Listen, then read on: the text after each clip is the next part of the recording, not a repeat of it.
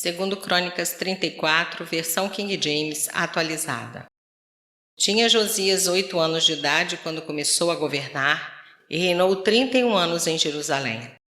Josias agiu de modo justo e sincero diante de Yahvé, o Senhor, obedecendo aos conselhos e orientações do rei Davi, seu antepassado e predecessor, sem se desviar deles nem para a direita e nem para a esquerda. No 8º ano do seu reinado, sendo ainda bem jovem, Josias começou a buscar o Deus de Davi, seu pai e predecessor. No 12º ano, deu início à reforma religiosa de Judá e Jerusalém, retirando os altares idólatras, os postes sagrados, as imagens esculpidas e os ídolos de metal. Sob as suas ordens foram derrubados e destruídos todos os altares dos Baalins. Além disso, ele pessoalmente despedaçou os altares para queima de incenso a deus Azerá, que ficavam acima deles. Triturou e reduziu a pó todos os postes ídolos e as imagens de escultura e de fundição, e aspergiu-os sobre as sepulturas dos que lhes tinham oferecido sacrifícios. Mandou queimar os ossos dos sacerdotes sobre os seus altares e purificou Judá e Jerusalém de toda idolatria. Nas cidades das tribos de Manassés, Efraim, Simeão e até Naftali, e em todas as ruínas ao redor delas, passou derrubando e destruindo os altares e os postes sagrados. Esmagou todos os altares de incenso espalhados por Israel e, ao final dessa jornada, retornou para Jerusalém. No 18º ano do seu reinado, com o objetivo de purificar a nação e a casa de Yahvé, ele mandou Safã, filho de Azalias, e Maazéias, governador da cidade, junto com Joá, filho do cronista real Joacás, para restaurarem o templo do Senhor, seu Deus. Partiram para se encontrarem com Ilquias, sumo sacerdote, e entregaram toda a prata que havia sido trazida à casa de Deus e que os levitas, guardas da porta, tinham recolhido das ofertas do povo de Manassés e de Efraim, e de todo o remanescente de Israel, e também de toda a população de Judá e de Benjamim e dos moradores de Jerusalém. Eles confiaram todo o dinheiro arrecadado aos oficiais, superintendentes do templo do Senhor. Estes o distribuíram entre os que realizavam a obra e que trabalhavam no templo do Senhor, a fim de que o templo fosse completamente restaurado. Também deram dessa prata aos carpinteiros e aos construtores para comprarem pedras lavradas e madeira preparada para as juntas e as vigas dos edifícios que os reis de Judá haviam deixado ficar em ruínas. Os homens trabalhavam fielmente na obra e os superintendentes deles eram levitas descendentes de Merari.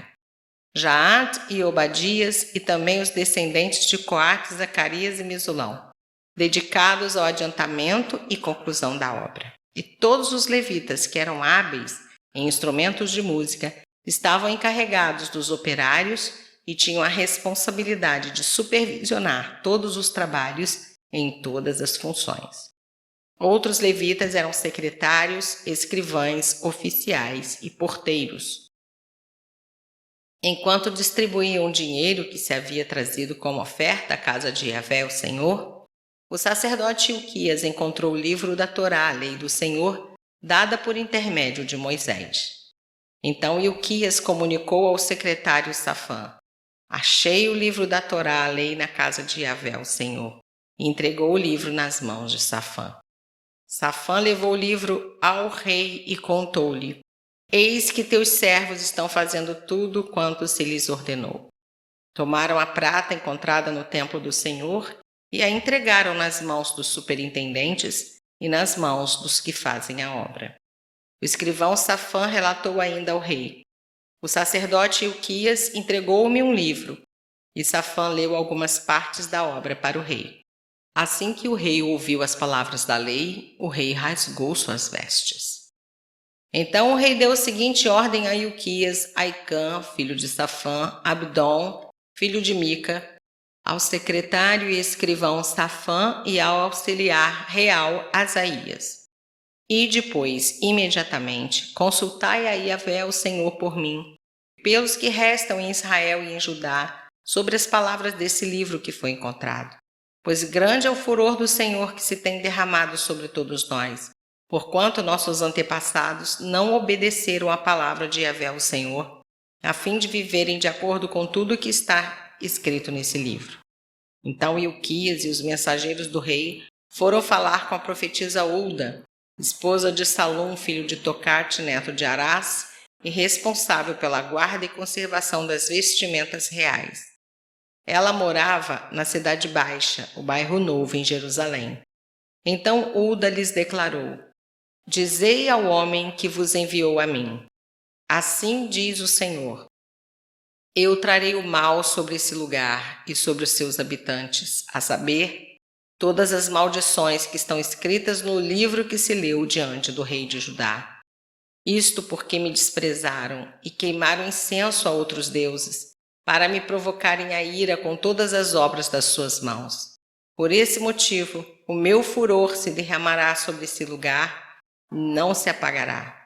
Todavia direis isso ao rei de Judá, que vos mandou para consultar o Senhor. Assim diz o Senhor Deus de Israel: quantas palavras que ouviste, considerando que teu coração se comoveu e te humilhaste diante de Deus, ouvindo suas palavras contra esse lugar e contra seus habitantes, e agiste com humildade diante de mim, e rasgaste as vestes, e choraste na minha presença, eis que eu também te ouvi.